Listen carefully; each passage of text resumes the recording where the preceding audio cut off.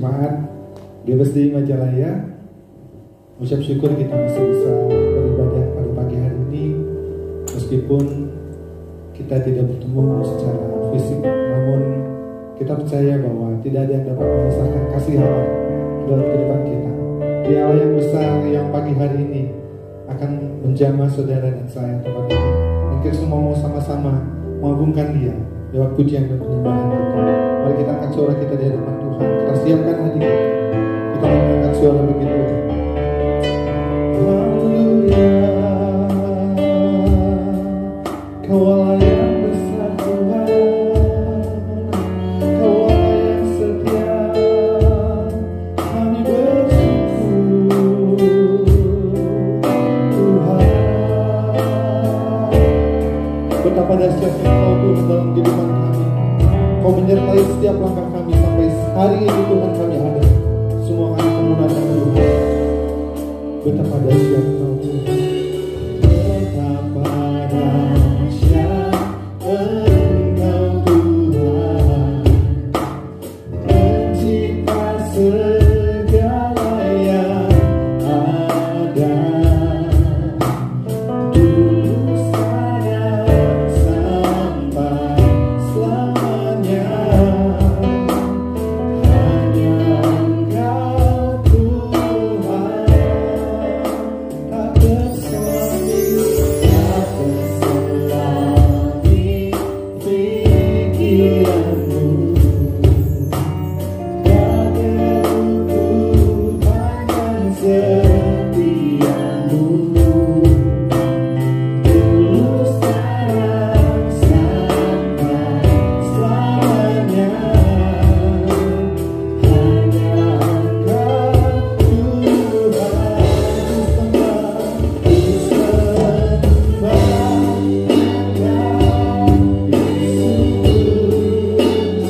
Hanya Engkau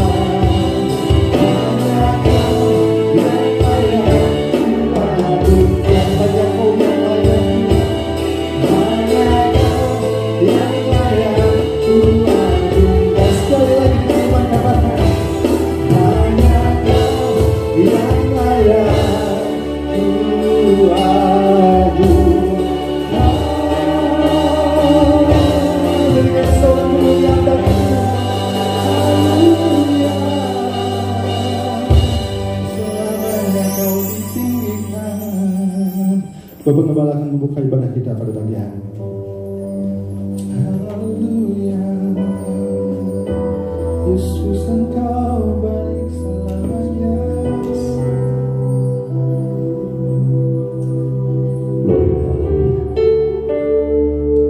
Segala pujian, syukur, dan hormat bagi-Mu ya Tuhan, Allah yang berkuasa atas segala sesuatu dan Allah yang berkuasa atas hidup kami. Kami bersyukur di hadapan-Mu di masa pandemi ini. Kami tetap berada di dalam pemeliharaan-Mu. Dan bahkan di kesempatan yang indah ini Tuhan, Kau juga masih memberikan waktu untuk kami beribadah di hadapan-Mu. Tuhan, sekalipun kami beribadah secara online, namun kami mohon pengurapan-Mu terjadi atas kami, sehingga kami diberkati dalam ibadah kami. Kami boleh memuliakan Engkau dalam ibadah kami. Kami tidak kehilangan sukacita dan tidak kehilangan berkat-Mu ya Tuhan. Dan sepanjang ibadah kami boleh menikmati hadirat-Mu. Terima kasih Tuhan. Dan hamba membuka ibadah pagi hari ini di dalam nama Tuhan Yesus Kristus. Amin. Haleluya. Berikan kemuliaan bagi nama Tuhan kita Yesus. Haleluya. Kita mau masuk ke dalam hadirat Tuhan lebih dalam lagi. Kita naikkan pujian Telah Berbaru.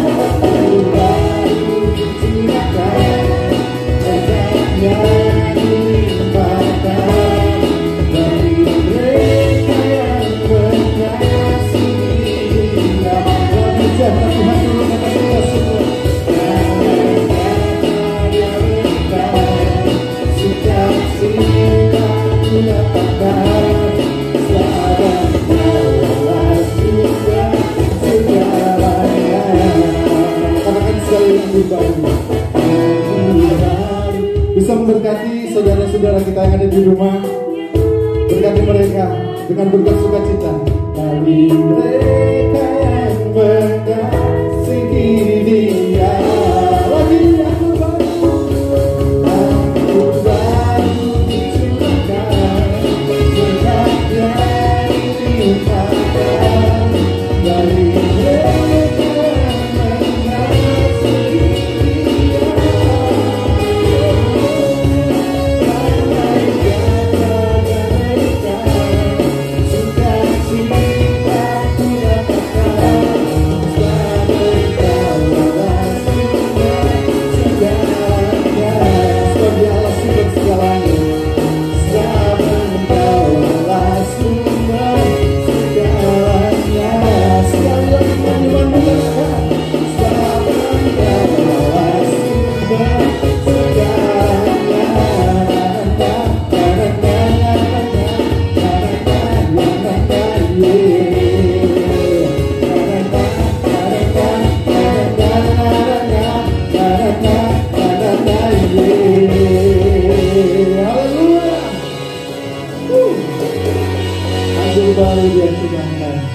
tempat ini maupun di rumah saudara.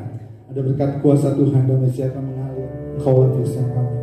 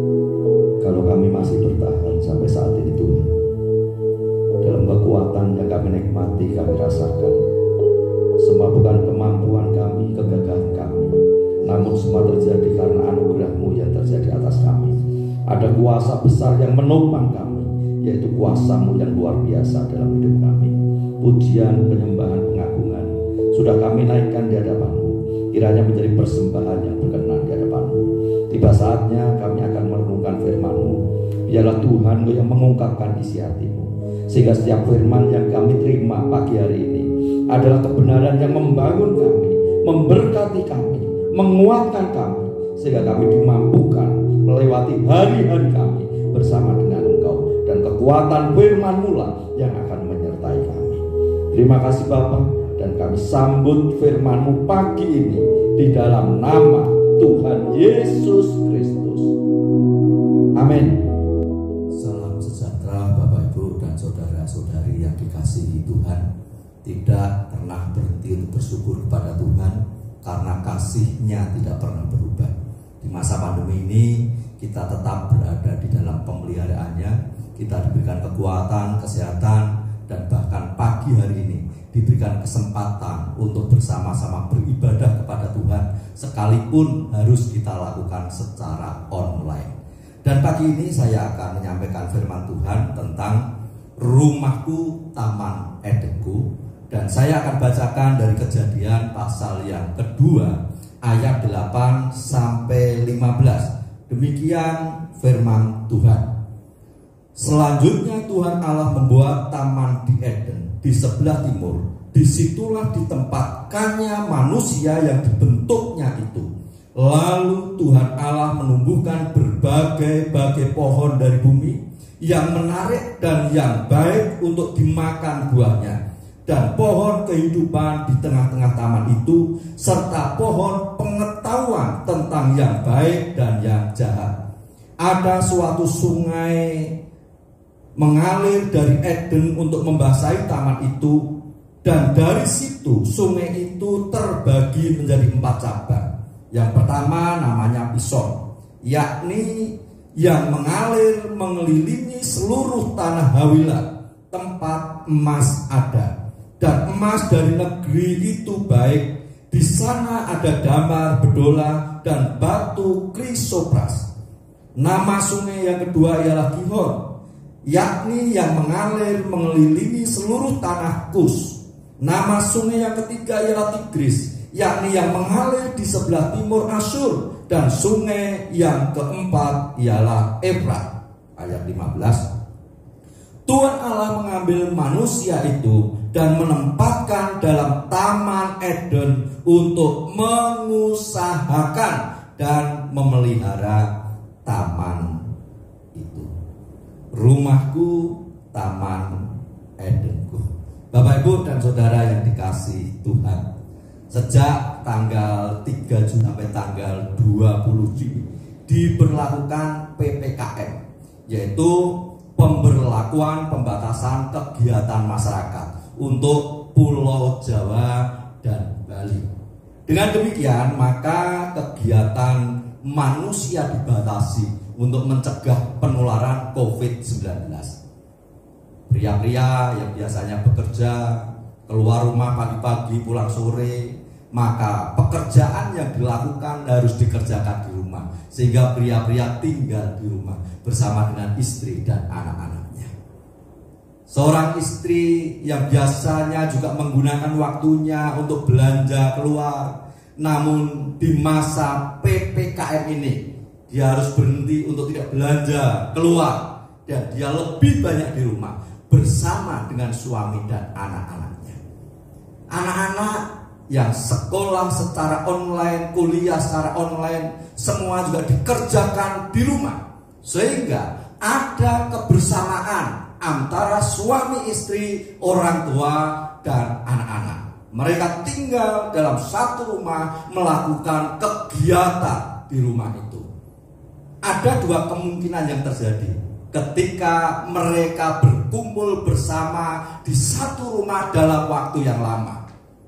Ada kemungkinan mereka saling memperhatikan satu dengan yang lain, saling mengasihi satu dengan yang lain, mereka saling tolong menolong.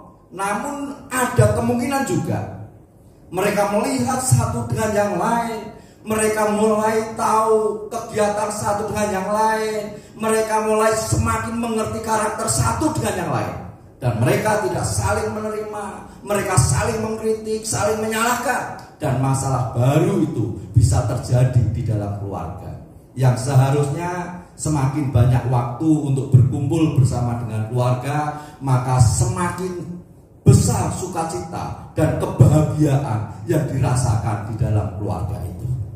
Bapak, Ibu, dan saudara-saudari yang dikasihi Tuhan, ada satu keluarga pertama yang pernah dibentuk oleh Tuhan, yaitu keluarga Adam dan Hawa. Mereka ditempatkan di taman yang indah, yaitu Taman Eden, dan mereka pernah merasakan suasana dan keadaan yang sempurna. Mereka menikmati kebahagiaan bersama di Taman Eden itu. Dan pagi hari ini kita akan belajar tentang hal itu, supaya kita juga bisa membuat rumah tangga kita, keluarga kita memiliki suasana Taman Eden. Suasana seperti apa yang pernah terjadi di Taman Eden? Yang pertama, keadaan yang sempurna. Tadi sudah kita baca di dalam Kejadian pasal yang kedua. ayat 8 sampai dengan ayat yang ke-15. Di mana di situ diceritakan bahwa Allah membuat Taman Eden, dan di Taman Eden yang dibuat Allah itu Allah menumbuhkan berbagai pohon yang ada di bumi. Pohon yang mengeluarkan buah, pohon yang indah untuk dipandang, pohon yang bisa mencukupi kebutuhan manusia. Sehingga manusia bisa melihat keindahan pohon yang diciptakan Allah itu. Manusia bisa menikmati buah-buah yang dihasilkan dari pohon itu. Dan apa yang diciptakan Allah di Taman Eden itu sangat menarik, sangat memberkati manusia. Kemudian juga ada sungai-sungai yang diciptakan oleh Allah, dan sungai itu bersih, belum tercemar, dan sungai itu juga semakin menambah keindahan taman itu, dan sungai itu juga memenuhi kebutuhan manusia. Maka saya pastikan bahwa ketika mereka berada di Taman Eden, maka kebutuhan mereka sangat tercukupi. Taman Eden di situ menggambarkan satu keadaan yang sempurna, dan manusia tidak hidup di dalam kekurangan ketika mereka berada di Taman Eden yang diciptakan Allah. Dan ketika Allah menciptakan Taman Eden itu, maka manusia ditempatkan di sana. Dan ayat 15 mengatakan bahwa Tuhan mengambil manusia, menempatkan dalam Taman Eden untuk mengusahakan dan memelihara taman itu. Segala kebutuhannya dicukupi, sehingga manusia yang diciptakan Allah, yaitu Adam dan Hawa, mereka sangat berbahagia dan tidak kekurangan di Taman Eden itu. Apa yang menjadi kebutuhan hidupnya terpenuhi oleh karena Allah sudah mempersiapkan semuanya itu. Sehingga kita bisa bayangkan kemakmuran yang luar biasa. Apa tahu yang dicari orang sebenarnya ketika mereka hidup di bumi ini? Sandang, pangan, papan. Tetapi Adam ketika diciptakan Allah, segala kebutuhan yang diperlukan Adam dan Hawa sudah dipenuhi Allah. Di mana mereka tidak lagi hidup di dalam kekurangan mereka hidup dalam kelimpahan mereka hidup di dalam kemakmuran mereka, oleh karena Allah yang membuat mereka seperti itu. Jadi Taman Eden itu berbicara tentang kelimpahan yang luar biasa dan keadaan yang indah, damai, sejahtera, satu keadaan yang sempurna yang dibuat Allah, dan manusia tinggal menikmati. Bukan hanya keindahan dan kekayaan yang ada di Taman Eden, tetapi kita juga melihat bagaimana hubungan Adam dan Hawa ketika mereka berada di Taman Eden. Ketika mereka berada di dalam kebersamaan, mereka menikmati suasana yang indah dan mereka menikmati damai sejahtera. Ketika mereka berada di Taman Eden itu, mereka tidak pernah melihat kekurangan fisik satu dengan yang lain. Sehingga Adam tidak pernah mengkritik tentang kekurangan fisik Hawa. Hawa tidak pernah mengkritik tentang kekurangan fisik Adam. Dan mereka juga tidak melihat kekurangan dari perilaku yang dilakukan Adam dan Hawa. Segala sesuatu yang mereka lihat tampak indah, luar biasa. Tidak ada kekurangan di dalam kehidupan mereka. Sehingga kita melihat di situ bahwa mereka hidup berdampingan dengan rukun, dengan damai ketika mereka berada di Taman Eden itu. Sehingga di dalam Kejadian pasal yang kedua ayat yang ke-25 di situ dikatakan, mereka keduanya telanjang, manusia dan istrinya itu, tetapi mereka tidak merasa malu. Kita melihat bahwa pikiran dan hati mereka masih bersih, belum tercemar oleh dosa. Sehingga ketika melihat pasangannya, maka yang dilihat adalah hal yang baik, dan mereka tidak pernah melihat kekurangannya. Sehingga Alkitab tadi mengatakan bahwa keduanya telanjang, manusia dan istrinya itu, tetapi mereka tidak merasa malu. Yang berarti memang tidak ada kekurangan dan kesalahan di dalam diri pasangan mereka. Betapa indahnya kalau suami istri mereka bisa saling menerima apa adanya. Mereka bisa melihat sesuatu yang baik dari pasangannya. Mereka bisa bekerja sama dengan baik, melakukan pekerjaan bersama untuk kepentingan bersama, dan tidak saling menyalahkan. Betapa bahagianya kehidupan suami istri yang seperti itu, kehidupan rumah tangga yang seperti itu. Maka saya melihat bahwa ini adalah satu gambaran rumah tangga yang bahagia, yang bisa menjadi gambaran pernikahan yang ideal, pernikahan yang diberkati oleh Tuhan. Dari kehidupan Adam dan Hawa ini, ketika mereka di Taman Eden dan ketika mereka belum jatuh di dalam dosa, maka sesuatu yang indah itu mereka rasakan. Hidup berkelimpahan, kehidupan suami istri dalam keadaan yang rukun. Siapa yang tidak mengharapkan kehidupan seperti itu? Bapak Ibu, saudara-saudari, keluarga mana yang tidak mengharapkan situasi dan keadaan yang seperti itu? Tentunya ini adalah satu situasi dan keadaan yang sangat diharapkan oleh setiap orang. Setiap orang mengharapkan pernikahan yang harmonis, ideal, pernikahan yang diberkati Tuhan, seperti yang pernah dirasakan oleh Adam dan Hawa ketika mereka berada di Taman Eden.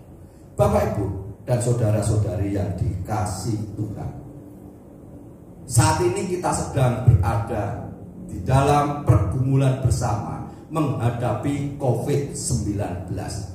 Saat ini kita juga sedang berada di dalam satu peraturan yang harus kita taati, yaitu PPKM darurat, di mana kita lebih banyak tinggal di rumah bersama dengan anggota keluarga kita. Suami yang harusnya sibuk, dia harus di rumah, istri di rumah, dan anak-anak di rumah. Maka ketika kita berada bersama dengan keluarga kita, seharusnya yang terjadi adalah suasana yang indah, bahagia, dan sukacita itu dinikmati oleh seluruh anggota keluarga. Atau suasana Taman Eden itu harus dinikmati oleh seluruh anggota keluarga. Saya tidak tahu bagaimana keadaan keluarga Bapak Ibu dan saudara-saudari.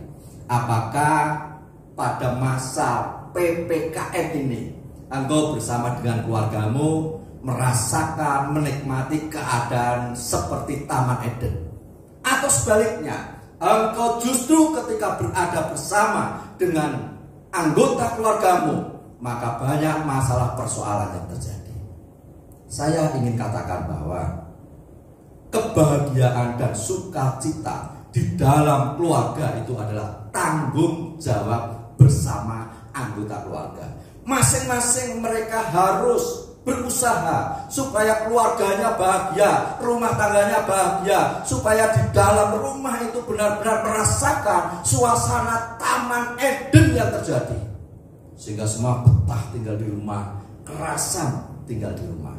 Dan hal itu bisa terjadi ketika setiap anggota keluarga hidup di dalam kebenaran Allah. Setiap anggota keluarga mematuhi Allah. Setiap anggota keluarga menghormati Allah. Setiap anggota keluarga beribadah kepada Allah. Maka saya percaya bahwa suasana Taman Eden itu akan terjadi di dalam rumah tangga Bapak Ibu dan saudara-saudari. Sehingga hubungan yang harmonis antara suami istri itu terjadi. Hubungan yang harmonis antara orang tua dengan anak, anak dengan orang tua itu benar-benar terjadi di dalam keluarga itu. Dan adanya di dalam keluarga itu adalah sukacita dan kebahagiaan yang diberikan oleh Tuhan. Mau seperti itu? Kalau mau, berusahalah supaya keluargamu bisa merasakan suasana Taman Eden. Kemudian yang kedua yang terjadi di Taman Eden adalah keadaan yang resah. Tentunya ini berbeda dengan keadaan pertama, yaitu keadaan yang begitu sempurna. Dan keadaan yang resah ini terjadi ketika manusia jatuh di dalam dosa. Coba kita perhatikan dulu di dalam Kejadian pasal yang ketiga, ayat 1 sampai dengan ayat yang ke-7, dan saya akan membacakan demikian firman Tuhan. Adapun ular ialah yang paling cerdik dari segala binatang di darat yang dijadikan oleh Tuhan Allah. Ular itu berkata kepada perempuan itu, tentulah Allah berfirman, semua pohon dalam taman ini jangan kamu makan buahnya, bukan? Lalu saut perempuan itu kepada ular itu, buah pohon-pohonan dalam taman ini boleh kami makan, tetapi tentang buah pohon yang ada di tengah-tengah taman, Allah berfirman, jangan kamu makan ataupun raba buah itu, nanti kamu mati. Tetapi ular itu berkata kepada perempuan itu, sekali-kali kamu tidak akan mati. Tetapi Allah mengetahui bahwa pada waktu kamu memakannya, matamu akan terbuka dan kamu akan menjadi seperti Allah, tahu tentang yang baik dan yang jahat. Ayat yang ke-6. Perempuan itu melihat bahwa buah pohon itu baik untuk dimakan dan sedap kelihatannya. Lagi pula pohon itu menarik hati karena memberi pengertian. Lalu ia mengambil dari buahnya dan dimakannya, dan diberikannya juga kepada suaminya yang bersama-sama dengan dia, dan suaminya pun memakannya. Ayat yang ke-7. Maka terbukalah mata mereka berdua, dan mereka tahu bahwa mereka telanjang. Lalu mereka menyemat daun pohon ara dan membuat cala. Bapak, Ibu, dan saudara-saudari yang dikasih Tuhan, di tengah-tengah kemakmuran, dalam suasana yang sempurna, kebahagiaan yang sempurna, rupanya Allah juga mengizinkan ujian itu terjadi. Tetapi sebelum ujian itu terjadi, Allah sudah mengingatkan kepada Adam supaya pohon pengetahuan baik dan buruk itu tidak dimakan, karena ketika mereka memakan, mereka akan mati. Dan kita melihat apa yang dituliskan di dalam Alkitab tadi. Rupanya ular itu memberikan tipu muslihat kepada Hawa, sehingga dia mendekati Hawa, berbincang-bincang kepada Hawa. Dia berbicara tentang buah pengetahuan baik dan buruk. Dia menawarkan supaya Hawa makan buah itu, dan ketika Hawa makan, dia akan menjadi sama seperti Allah, tahu yang baik dan yang jahat. Rupanya di situ kita melihat bagaimana Hawa mulai mendengarkan perkataan ular itu. Hawa mulai berpikir tentang apa yang dikatakannya. Kemudian Hawa mulai melihat buah yang dikatakan oleh ular itu. Dia mulai tertarik, mengambil, memakan, memberikan kepada suaminya, dan suaminya pun ikut memakannya. Yang seharusnya suami yang sudah tahu bahwa itu tidak boleh dimakan, suami itu harus melarang dan mengingatkan. Tetapi justru dia terbawa oleh Hawa, dan akhirnya dia pun makan buah yang tidak boleh dimakan. Kita melihat di situ bahwa Adam dan Hawa tidak bisa mempertahankan keadaan yang sempurna, yang ideal. Dia tidak bisa mempertahankan kebahagiaan yang sempurna di Taman Eden itu. Ia melanggar firman. Mereka mendengarkan perkataan ular itu, dan akhirnya apa yang pernah disampaikan Allah dilanggar, dan mereka makan buah itu. Bapak, Ibu, dan saudara yang dikasih Tuhan, memang seringkali juga di tengah-tengah kebahagiaan, di dalam rumah tangga yang kita bangun, yang kita usahakan supaya keluarga kita ini bahagia, rupanya di tengah-tengah kebahagiaan juga terkadang ada ujian yang harus kita hadapi. Namun ketika kita menghadapi ujian, mari kita belajar untuk mendekatkan diri kepada Allah, berdoa dan bertanya kepada Allah, dan kita gunakan firman Tuhan supaya kita tidak jatuh di dalam ujian pencobaan yang kita hadapi, supaya kita tetap bisa bertahan di dalam kebenarannya, dan kita tidak melanggar kebenaran firman Tuhan. Dan kita melihat bagaimana Adam dan Hawa akhirnya mereka melanggar firman Tuhan, mereka harus meninggalkan keadaan yang sempurna, mereka harus meninggalkan kebahagiaan yang sempurna, dan mereka harus meninggalkan Taman Eden. Sehingga di ayat yang ke-7 dikatakan, maka terbukalah mata mereka berdua, dan mereka tahu bahwa mereka telanjang. Lalu mereka menyemat daun pohon ara dan membuat cawat. Di mana ayat yang ke-7 di situ menjelaskan bahwa ketika mereka berbuat dosa, hidup di dalam dosa, tidak taat kepada perkataan Allah, tidak taat kepada firman Allah, maka kita melihat bahwa akhirnya mereka mulai saling melihat kekurangan diri sendiri. Ketika Adam melihat dirinya, dia sadar bahwa oh saya telanjang. Ketika Hawa melihat dirinya, Hawa sadar oh saya telanjang. Ketika Adam melihat Hawa, Adam sadar bahwa Hawa sedang telanjang.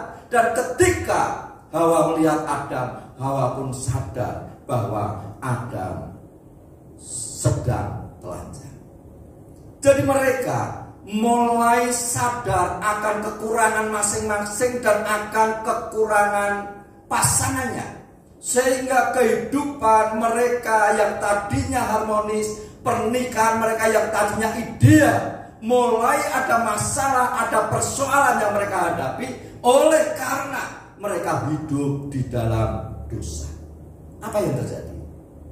Mereka tidak lagi menikmati ketenangan seperti ketika mereka belum jatuh di dalam dosa.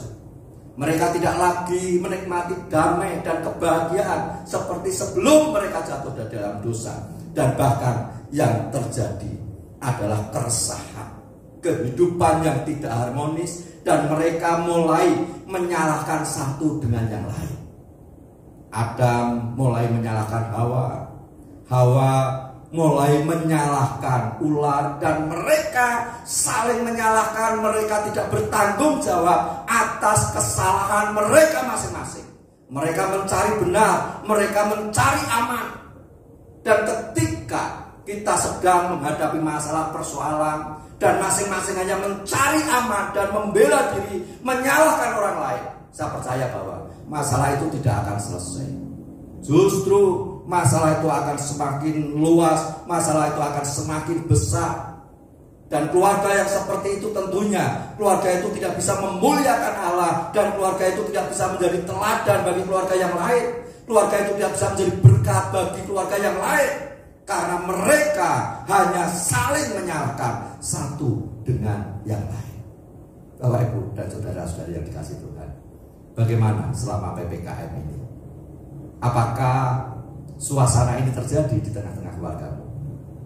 Engkau mulai menyalahkan satu dengan yang lain, engkau mulai membenarkan dirimu sendiri, engkau mulai mencari aman, dan membuat suasana keluarga tidak harmonis, resah. Yang terjadi setiap hari ada masalah, persoalan, akhirnya keluh kesah itulah yang disampaikan. Apakah itu terjadi di tengah-tengah keluarga?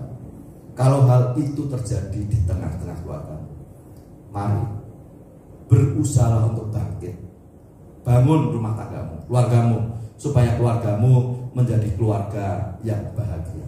Masing-masing orang punya tanggung jawab untuk membangun keluarganya masing-masing, rumah tangganya masing-masing.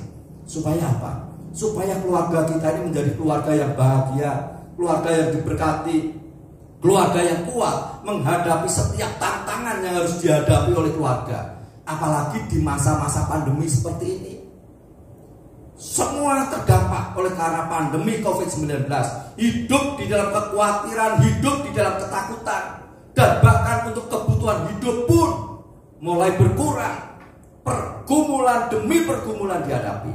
Kalau kita tidak membuat keluarga kita ini kuat, maka sulit untuk bisa bertahan di tengah-tengah pandemi yang sedang terjadi saat ini. Oleh sebab itu, bangunlah satu keluarga yang bahagia, keluarga yang kuat, keluarga yang mengasihi Tuhan, supaya keluargamu bisa menghadapi tantangan dan pergumulan yang harus dihadapi, dan supaya keluargamu mampu bertahan di tengah-tengah pandemi ini. Dan berhentilah untuk saling menyalahkan satu dengan yang lain. Belajarlah untuk menghargai satu dengan yang lain. Belajarlah untuk menerima satu dengan yang lain sebagaimana adanya. Belajarlah berpikir positif tentang anggota keluargamu, sehingga engkau bisa menerima anggota keluargamu sebagaimana adanya. Berhenti dari saling menyalahkan, tetapi bersama-sama membangun rumah tangga yang bahagia. Jangan sampai keluarga kita berada di dalam keluarga yang dalam keadaan resah. Namun biarlah suasana Taman Eden itu tetap berada di tengah-tengah keluarga kita. Kemudian yang ketiga yang saya perhatikan yang terjadi saat itu adalah takut saat Allah hadir. Pasal yang ketiga ayat 8 sampai dengan ayat yang ke-10 saya akan bacakan demikian firman Tuhan. Ketika mereka mendengar bunyi langkah Tuhan Allah yang berjalan dalam taman itu pada waktu hari sejuk, bersembunyilah manusia dan istrinya itu terhadap Tuhan Allah di antara pohon-pohonan dan taman. Tetapi Tuhan Allah memanggil manusia itu dan berfirman kepadanya, "Di manakah engkau?" Ia menjawab, "Ketika aku mendengar bahwa engkau ada dalam taman ini, aku menjadi takut karena aku telanjang. Sebab itu aku bersembunyi." Bapak Ibu dan saudara yang kasih dalam Tuhan, di sini menarik.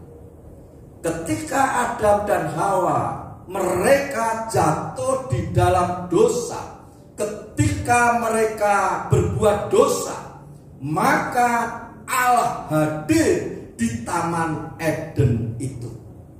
Dan firman Allah tadi mengatakan Adam dan Hawa mendengar kehadiran Allah, mendengar langkah Allah, namun mereka bersembunyi sebab mereka sadar bahwa mereka telanjang. Karena keberdosaannya, maka mereka tidak mampu berdiri di hadapan Allah. Hubungan mereka dengan Allah menjadi tidak harmonis karena dosa. Taman Eden adalah tempat mereka untuk menikmati sukacita, untuk menikmati hubungan yang harmonis dengan pasangan, untuk menikmati hubungan yang harmonis dengan Allah. Namun berubah menjadi tempat persembunyian mereka dari kehadiran Allah. Biasanya setiap orang itu menginginkan kehadiran Tuhan. Ya, kalau kita berdoa, kita ingin, kita rindu supaya kita merasakan hadirat Tuhan. Ketika kita memuji Tuhan, kita rindu supaya kita bisa merasakan hadirat Tuhan. Ketika kita beribadah, kita juga rindu merasakan hadirat Tuhan. Kita berdoa, Engkau berhadirat di atas puji-pujian kami ya Tuhan. Jadi semua orang mereka merindukan bisa merasakan hadirat Tuhan. Tetapi Bapak Ibu dan saudara-saudari yang dikasih Tuhan, yang terjadi pada Adam dan Hawa pada waktu itu, ketika mereka hidup di dalam dosa, ketika mereka berbuat dosa, maka justru kehadiran Allah di taman itu membuat mereka takut dan mereka harus bersembunyi.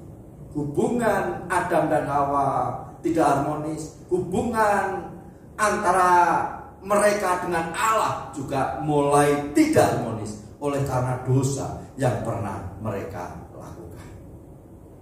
Seringkali kita juga mengalami hal yang sama seperti yang dialami oleh Adam dan Hawa. Kita sudah susah-susah membangun rumah tangga yang bahagia, kita susah-susah membangun keluarga yang harmonis, yang ideal. Tetapi oleh karena kesalahan-kesalahan yang kita lakukan, akhirnya suasana yang harmonis itu berubah dan banyak masalah terjadi di tengah-tengah keluarga kita. Apa yang dialami oleh Adam dan Hawa seringkali terjadi di dalam kehidupan kita. Yang seharusnya ketika kita berbuat dosa, jatuh di dalam dosa dan kita sadar, maka hendaknya kita bertobat dan kembali kepada Allah sehingga hubungan kita dengan Allah ini tetap baik.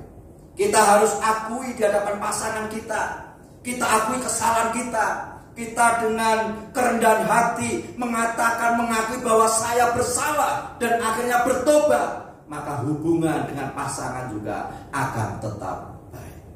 Bapak Ibu dan saudara-saudari yang dikasihi Tuhan, mari kita belajar dari peristiwa yang pernah terjadi. Jangan sampai kita belajar tentang hal yang salah yang pernah dilakukan Adam dan Hawa, tetapi mari kita belajar hal-hal yang benar yang mereka lakukan. Rumah kita seharusnya menjadi tempat untuk menikmati kebersamaan. Rumah kita seharusnya menjadi tempat untuk berbagi sukacita. Rumah kita hendaknya menjadi tempat untuk saling melayani, saling mengasihi satu dengan yang lain. Dan rumah kita seharusnya menjadi tempat kehadiran Tuhan, sehingga seluruh anggota keluarga bisa menikmati sukacita yang diberikan oleh Tuhan.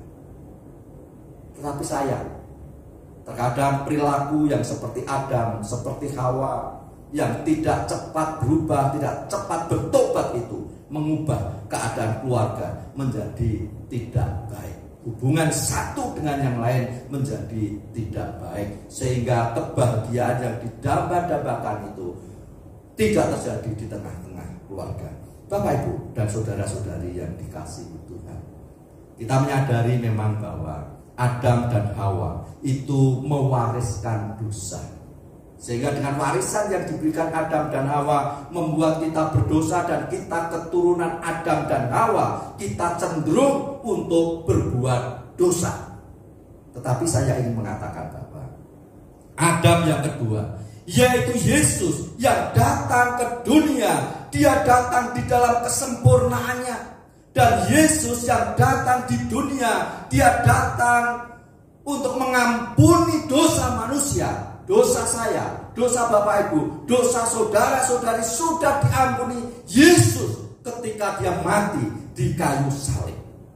Biarlah dengan pengampunan yang Yesus berikan kepada saudara-saudara mendamaikan kita dengan Allah, sehingga kita kembali memiliki hubungan yang baik dengan Allah kita. Kita bisa berkomunikasi dengan Allah kita. Kita bisa menikmati hadirat Allah. Kita tidak takut kehadiran Allah di dalam hidup saya dan saudara. Dan bahkan kehadiran Allah kita rasakan, dan damai sejahtera surgawi itu bisa kita nikmati. Dengan pengampunan Yesus juga, biarlah hal itu juga memulihkan hubungan kita antara satu dengan yang lain. Hubungan suami istri, hubungan orang tua dengan anak, hubungan kita dengan sesama kita hendaknya dipulihkan oleh karena pengorbanan Kristus di kayu salib. Sehingga kita tidak lagi saling menyalahkan satu dengan yang lain, tidak saling menjelekkan, menjatuhkan, tetapi kita belajar untuk menghargai, menghormati satu dengan yang lain, terlebih anggota keluarga kita. Suami adalah seorang yang dikasihi istrinya, istri adalah seorang yang dikasihi suaminya. Papa dan mama adalah orang-orang yang dikasihi oleh anak-anaknya. Dan anak-anak yang pernah dilahirkan dari seorang ibu adalah anak-anak yang harusnya dikasihi oleh papa dan mamanya.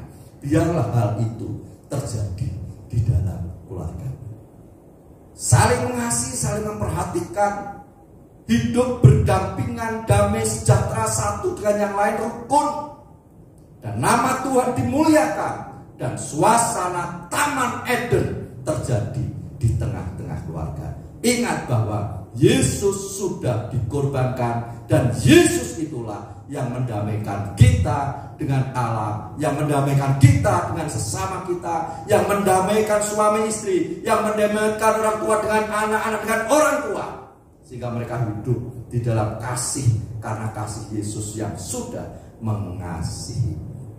Biarlah firman Tuhan yang singkat ini menjadi berkat bagi kita sekalian. Kalau engkau ingin membangun rumah tanggamu, biarkan Yesus hadir di dalam keluargamu. Biarkan Yesus ada dan tinggal di dalam rumah tanggamu. Tuhan memberkati. Baik jemaat yang kasih Tuhan, mari kita meresponi firman Tuhan saat ini. Biarlah lewat firman Tuhan ini ada perubahan di dalam kehidupan keluarga Bapak Ibu dan saudara-saudari, sehingga rumah tangga Bapak Ibu diberkati Tuhan. Rumah Bapak Ibu memiliki suasana yang luar biasa seperti di Taman Eden.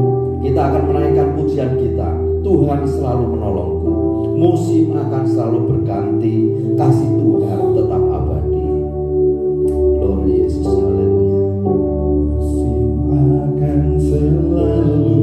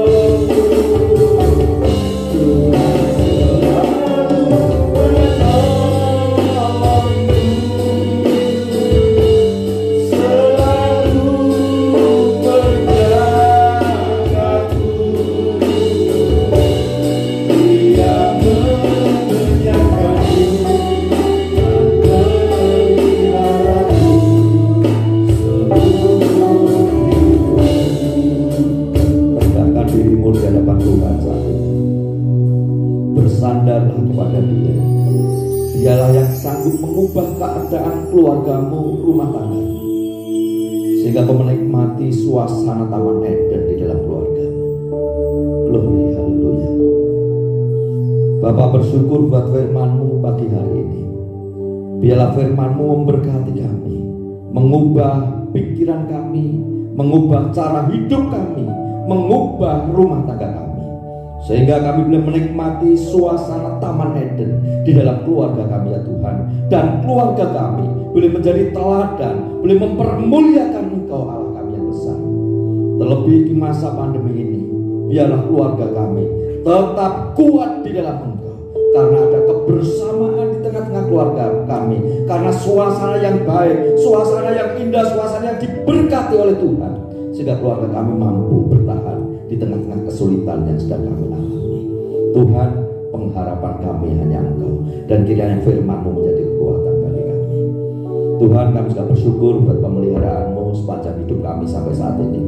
Dan di kesempatan yang indah ini Tuhan, kami menaikkan syukur kami dan mempersiapkan persembahan kami untuk kami persembahkan di hadapan-Mu. Kami rindu memberi yang terbaik di hadapan-Mu. Demikian juga Tuhan, kami menyisihkan 1/10 dari penghasilan kami. Kami juga rindu untuk mengembalikan kepada-Mu, karena Engkau sumber berkat kami. Dan biarlah lewat persepuluhan kami juga mempermuliakan Engkau. Kami percaya di dalam segala keadaan Engkau turut membangun kami, membentuk kami, memberkati kami, membuat kami tetap hidup dalam kecukupan, bahkan hidup di dalam kelimpahan. Bapak, kami juga bersyukur buat pimpinan-Mu dalam ibadah kami pagi hari ini. Sebentar kami akan mengakhiri ibadah. Biarlah hati kami limpah dengan ucapan syukur, dan berkat-berkat surgawi boleh berlimpah atas kami. Dan akhirnya sidang yang kasih Tuhan, angkatlah tangan-Mu untuk menerima berkat Tuhan. Cinta kasih dan kemurahan dari Tuhan menyertai-Mu. Diberkatilah rumah tanggamu, diberkatilah hidup nikahmu, diberkatilah keturunanmu, diberkatilah pekerjaan dan usahamu, diberkatilah studimu. Tuhan yang berkuasa atas hidupmu, membuat kau berhasil dan menjadi berkat bagi banyak orang. Terimalah berkat ini. Hamba memohonkan berkat di dalam nama Tuhan Yesus Kristus.